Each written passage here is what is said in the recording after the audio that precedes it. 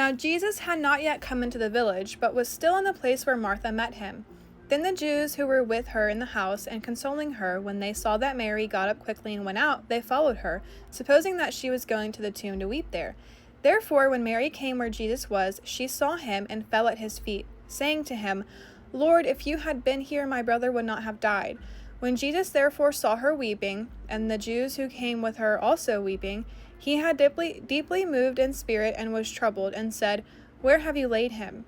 They said to him, Lord, come and see. Jesus wept, so the Jews were saying, See how he loved him? But some of them said, Could not this man who opened the eyes of the blind have kept this man also from dying? So Jesus, again being deeply moved within, came to the tomb. Now it was a cave, and a stone was lying against it. Jesus said, Remove the stone. Martha, the sister of the deceased, said to him, Lord, by this time there will be a stench, for he has been dead 4 days. Jesus said to her, Did I not say to you that if you believe, you will see the glory of God? So they removed the stone. Then Jesus raised his eyes and said, Father, I thank you that you have heard me. I knew that you always hear me, but because of the people standing around, I said it, so that they may believe that you sent me. When he had said these things, he cried out with a loud voice, Lazarus, come forth.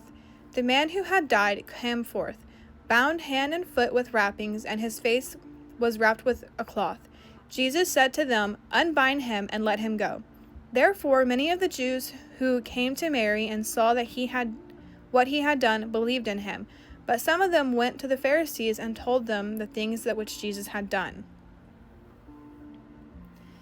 Conspiracy to kill Jesus. Therefore the chief priests and the Pharisees convened a council and were saying, What are we doing? For this man is performing many signs. If we let him go on like this, all men will believe in him, and the Romans will come and take away both our place and our nation. But one of them, Caiaphas, who was high priest that year, said to them, You know nothing at all, nor do you take into account that it is expedient for you that one man die for the people, and that the whole nation not perish. Now he did not say this on his own initiative, but being high priest that year, he prophesied that Jesus was going to die for the nation. And not for the nation only, but in order that he might also gather together into one the children of God who are scattered abroad. So from that day on they planned together to kill him.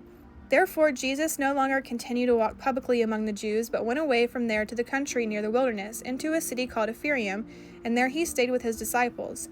Now the Passover of the Jews was near, and many went up to Jerusalem out of the country before the Passover to purify themselves.